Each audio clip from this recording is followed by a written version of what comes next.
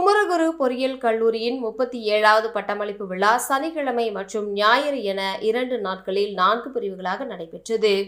முதலாம் நாளான சனிக்கிழமை காலையில் நடைபெற்ற பட்டமளிப்பு விழா நிகழ்வில் செட்வொர்க் நிறுவனத்தின் எலக்ட்ரானிக்கல்ஸ் பிரிவின் தலைவர் ஜாஸ் பவுல்ஜர் சிறப்பு விருந்தினராக கலந்து கொண்டு 600க்கும் அதிகமான மாணவர்களுக்கு பட்டங்களை வழங்கினார். முதல் நாளில் மட்டும் 1300க்கும் அதிகமானோர் பட்டம் பெற்றனர். இந்த நிகழ்விற்கு குமரகுரு கல்வி நிறுவனங்களின் தலைவர் சங்கர் வானவராயர் தலைமை தாங்கினார். கல்லூரி முதல்வர் அனில்குமார் ஆண்டு அறிக்கையை சமர்ப்பித்தார்.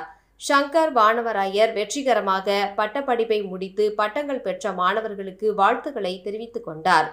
This is a day when you will celebrate, you will rejoice, and any celebration and any moment of pride should lead into a vision that hopefully you will come back many times in the decades ahead, where we will be so proud of you that you are happy, you are healthy, but certainly phenomenally successful.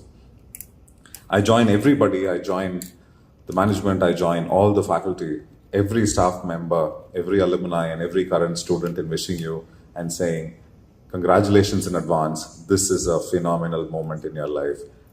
This is what will remind you that you can and you will do more. Once again, congratulations. சிறப்பு விருந்தினர் ஜாஸ் பவுல்ஜர் பேசுகையில், பட்டதாரிகள் தங்கள் வாழ்க்கையில் 5 பண்புகளை கொண்டவர்களாக இருக்க முயற்சி செய்ய வேண்டும் என கேட்டுக்கொண்டார். முதலாவதாக அவர் பட்டதாரிகள் சமகால தொழில்நுட்ப அறிவை கொண்டவர்களாக என்றும் இருக்க முயல வேண்டும் என கேட்டுக்கொண்டார். அதேபோல அவர்கள் எப்பொழுதெல்லாம் தொழில் ரீதியாக அனைவரின் முன்பு தரவுகளை வழங்க வேண்டுமோ அப்பொழுதெல்லாம் எந்த அளவு சிறந்த முறையில் அதை தெரிவிக்க முடியுமோ அந்த அளவுக்கு அதை வழங்கிட வேண்டும் என கேட்டுக்கொண்டார்.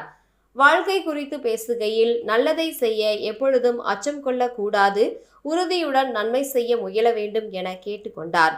வாழ்வில் சவால்கள் வரும்பொழுது மன உறுதியை மட்டும் இழக்கக்கூடாது என கூறிய அவர், பிறருக்கு உதவ எண்ணுகையில் எதிர்பார்ப்பு இல்லாமல் உதவ எண்ண வேண்டும் எனவும் கேட்டுக்கொண்டார்.